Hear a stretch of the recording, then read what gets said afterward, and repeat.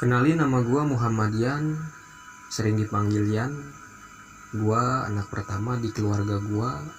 Oh iya, thanks banget sudah mampir ke channel gua, Yan Galeri. Di sini gua punya pengalaman mistis waktu bekerja di salah satu perusahaan yang mana kerjaan gua melayani pembeli saja. Dan akhirnya di suatu malam terjadilah dalam hidup gua mengalami kesurupan.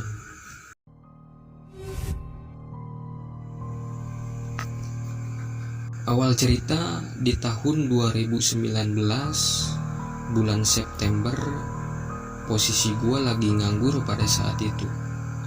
Intinya gua lagi kesana kesini nyari kerjaan. Pada satu hari gua ketemu sama teman gua. Dia masih satu kampung, cuman lebih tua dari gua. Nah, teman gua langsung bertanya, "Yan, dengar-dengar kemarin lagi nyari kerjaan. Gimana kalau kerja di perusahaan saya? Kalau mau, besok ke tempat kerjaan buat training dulu. Besok lusa bisa langsung kerja kok."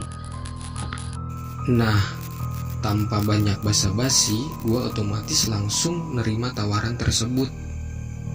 Oke, siap, besok meluncur. Nah, di sini posisi rumah gua sama tempat lokasi kerjaan yang nantinya saya kerja di perusahaan teman gua tidak jauh. Jalan kaki paling 5 menit sampai.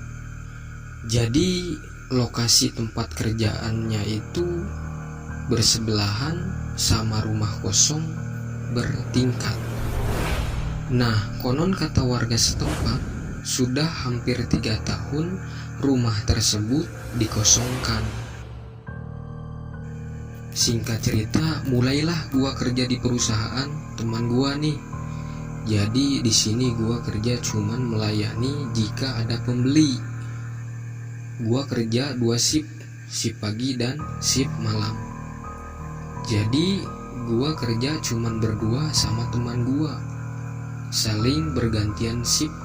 Nah, yang saya herankan, dalam 1 minggu itu pasti gua suka nemu ular, entah ular kecil ataupun besar. Pokoknya gua sering nemu ular, cuman gua gak berani membunuh itu ular. Karena cerita warga setempat, mitosnya itu di belakang tempat kerjaan gua ini pesawahan, lahan siluman ular. Hari ke hari, minggu ke minggu, gak terasa nih. Kebetulan pada saat itu gua kerja bagian shift malam. Nah, disinilah awal mulanya keanehan ataupun gangguan mistis datang. Setiap datang waktu azan maghrib, tempat kerjaan gua suka ditutup dulu, paling buka lagi jam 7 malam. Jadi punya 1 jam buat sholat dan makan. Nah, di saat gua sedang melaksanakan sholat maghrib, itu di belakang tempat kerjaan gua ada suara sangat jelas, kayak kuku tangan manusia lagi digaruk-garuk ke tembok. Itu berulang-ulang sampai 3 kali. Padahal itu tembok berlapis besi, tapi kok bisa terdengar begitu jelas. Beres sholat maghrib, gua coba lupain kejadian tersebut. Gua di situ lanjut makan. Di sini salahnya gua kalau setiap makan suka sambil melamun. Dan pada saat itu gua lupa gak baca bismillah. Nah, disinilah pertama kali gua dengar kalimat, entah suara dari mana, yang jelas kalimat suaranya sangat dekat dengan telinga gua. Jadi dia bilang kayak gini, "Matiin lampu." Di situ gue langsung lari lah keluar dari tempat kerjaan gue karena saking takutnya. Nah besoknya gue pun langsung ceritalah ke temen gue bahwa kemarin abis maghrib gue dengar suara kayak gitu. Pernah gue alamin juga pada suatu malam saat gue pulang kerja. Itu di samping tempat kerjaan itu kan rumah kosong bertingkat. Itu gua lihat sangat jelas di atas rumah tersebut ada bayangan putih sambil ada suara minta tolong. Jadi dia bilang kayak gini, tolong. Itu jelas banget suara perempuan. Di situ gua lari buru-buru langsung pulang. Jadi beriringnya waktu itu gue seperti sudah terbiasa akan adanya keanehan ataupun suara aneh di tempat kerjaan gue. Dan gue pun dari awal gue dapat bisikan matiin lampu. Dari situlah setiap gue shift malam itu lampu gue sengaja dimatikan. Singkat cerita beberapa bulan terlewati gua kerja. Jadi gua masih ingat pada bulan Februari 2020 kebetulan gua kerja shift malam nih. Nah disinilah dalam hidup gua mengalami kesurupan. Posisi gua itu lagi makan beres sholat maghrib, dan posisi lampu pun sengaja gua matikan. Selesai makan, di situ gua langsung ke WC, cuci tangan. Sehabis keluar WC, itu pintu WC nutup dengan sendirinya. Kalau angin gak akan mungkin. Padahal posisi pintu sebelumnya itu terbuka. Di situ gua langsung lari ke tempat semula.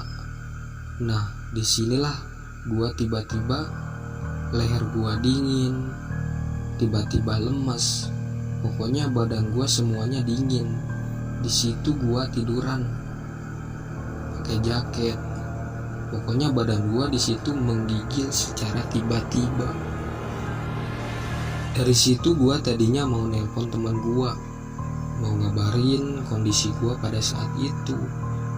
Di situ gua gak sanggup lihat cahaya HP. Saking dingin dan pusing. Gak lama dari situ ada suara orang kayak lagi di WC. Mungkin ada yang ikut ke WC. Kebetulan posisi WC itu di luar, jadi semua orang bisa memakai WC tersebut. Di situ gua ngomong gak bisa, mau teriak gak bisa. Intinya di situ gua mau minta tolong sama orang yang lagi di WC, tetapi gak bisa apa-apa. Saking lemasnya, dingin dan pusing. Nah gak terasa mungkin sekitaran jam 9 malam, kebetulan banget ada salah satu teman gua yang nyamperin ke tempat kerjaan gua.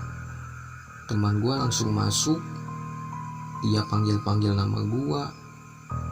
Di situ gua diam karena saking pusing dan badan gua semuanya dingin. Di situ teman gua kaget karena melihat kondisi gua ada di penjuru tembok lagi menggigil kedinginan. Di situ teman gua langsung refleks ngajak pulang ke rumah. Gua sadar gak sadar langsung dibawa teman gua dibonceng pakai motor menuju pulang ke rumah gua.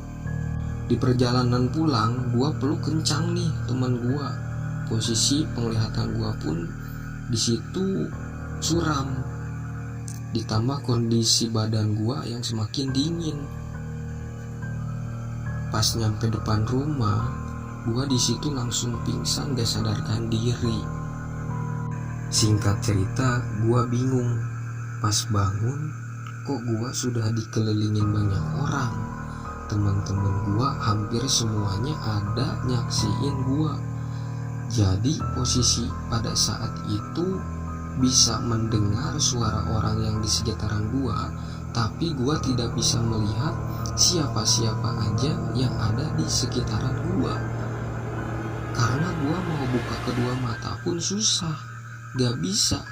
Di sini mungkin pada saat itu posisi gua berada di puskesmas terdekat sama rumah gua. Gua masih ingat di situ gua disuntik. Nah, sehabis disuntik gua langsung mengalami kesurupan. Di situ gua gak ingat apa-apa. Mungkin gua kesurupan adalah kurang lebih 15 menit. Pas gua sadar dari kesurupan, gua dikelilingin banyak orang. Teman-teman gua, pihak ketua Karang Taruna pun ada, Bapak RW, sampai orang pintar di kampung gua pun bantuin nyembuhin gua. Singkat cerita, orang tua gua langsung bawa pulang ke rumah.